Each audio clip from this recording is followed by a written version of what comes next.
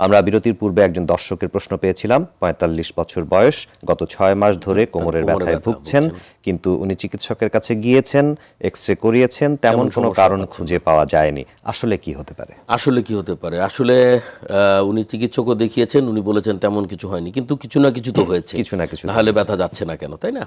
তো আসলে আমার মনে হচ্ছে ওনার কথা শুনে যে ওনার ক্রনিক লাম্বার লিগামেন্টাস স্ট্রেইন বলে একটা শব্দ আমরা ব্যবহার করে থাকি, টার্ম ব্যবহার করে থাকি।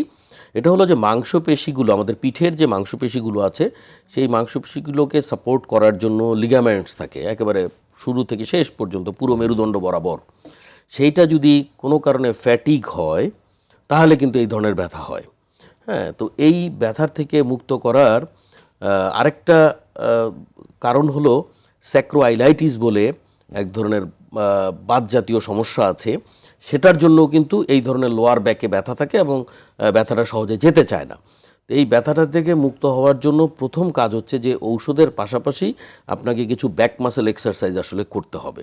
আমি জানি না উনি করছেন কি না, যদি না করে থাকেন অবশ্যই কারো কাছ থেকে এই ব্যাক মাসেল এক্সারসাইজটা ওনাকে শিখতে হবে এবং শিখে সেই ব্যাক মাসেল এক্সারসাইজটা করতে হবে, হালকা গরম শেক দিতে হবে এবং অল্প স্বল্প ঔষধ খেতে হবে। আমার মনে হয় এই তিনটা কম্বিনেশন যদি আমরা একসাথে করতে পারি তাহলে সমাধান হবে ইনশাআল্লাহ। এবং উনি কিন্তু উল্লেখ করছিলেন যে উনি ব্যথার ওষুধ খাচ্ছেন, কিন্তু এক্সারসাইজ করছেন কিনা, এবং উনি উল্লেখ করছিলেন যে উনি কিছুটা কর্মহীন বা ইনঅ্যাক্টিভ জীবন যাপন করছেন, সেগুলোও কারণ হতে পারে। আপনার উত্তরের সাথে পুরোপুরি মিলে যাচ্ছে যে এই তিন কম্বিনেশনে যদি উনি চিকিৎসা করেন তাহলে অবশ্যই তিনি সুস্থ থাকতে পারবেন। আমি এই প্রসঙ্গে আরেকটা বিষয় জানতে চাই যে অনেকের ক্ষেত্রেই সত্যিকার কোনো হাড়ের সমস্যার কারণে দীর্ঘদিন ধরে ব্যথায় ভুগছেন, তাদের ক্ষেত্রেও শীতকালে ব্যথা বাড়তে পারে এবং এরকম অনেক সময় আমরা শুনে থাকি যে ব্যথা হচ্ছে কিন্তু অপারেশন হয়তো বা প্রয়োজন হবে, কিন্তু অপারেশন ডিলে করছেন বা বিভিন্ন কারণে অপারেশন ডিলে করছেন। এই জাতীয় সমস্যার ক্ষেত্রে পরামর্শ কি থাকবে আপনার, একটু যদি উল্লেখ করেন। আচ্ছা, লো ব্যাক পেইন বা ব্যাক পেইন অত্যন্ত কমন একটা সমস্যা। স্টাডি বলে যে পৃথিবীর প্রত্যেকটি মানুষ তার জীবনের কোনো না কোনো সময়ে কোমর ব্যথা বা পিঠ ব্যথায় ভুগে থাকেন। এবং এই কিন্তু আমেরিকার মেয়ো ক্লিনিক বলে একটা বিখ্যাত প্রতিষ্ঠান আছে, তাদের একটা রিসার্চে বলা আছে যে এই ব্যথার ৮০ থেকে ৮৫% অপারেশন ছাড়াই ভালো হবেন, কোনো অপারেশন লাগবে না। তাইলে আপনার ৮০ থেকে ৮৫% অপারেশন লাগবে না, তাহলে ১৫ থেকে ২০% ক্ষেত্রে অপারেশন প্রয়োজন হয়। আসলে আমাকে ধরতে হবে যে কি কারণে তার এই ব্যাক পেইনটা হচ্ছে। কমন কজ হচ্ছে প্রোল্যাপস লাম্বার ইন্টারভার্টিব্রাল ডিস্ক, অর্থাৎ কোনো কারণে আমাদের মেরুদণ্ডের যে হাড়গুলো আছে, প্রত্যেকটা ৩৩টা হাড় আছে, প্রত্যেকটা হাড়ের মাঝখানে ডিস্ক বলে রাবার সদৃশ্য একটা জিনিস আছে, যার ভিতরে আবার একটা নরম জেলি থাকে। কোনো কারণে যদি এই রাবার সদৃশ্য এই ডিস্কটা যদি পেছনের দিকে সরে আসে, তাহলে কিন্তু ও পিছনে যে স্পাইনাল কর্ড এবং নার্ভ থাকে তার উপরকে তাকে সে পুশ করে বা ধাক্কা দেয়, তখন তার কোমর থেকে ব্যথা শুরু হয়ে একেবারে পা পর্যন্ত চলে আসতে পারে। তা চিকিৎসক হিসাবে আমাদের কাজ হলো তার সেই প্রবলেমটাকে অ্যাড্রেস করা এবং অ্যাসেস করা যে তার কতটুকু ধাক্কা দিয়েছে আর কতটুকু প্রবলেম হয়েছে।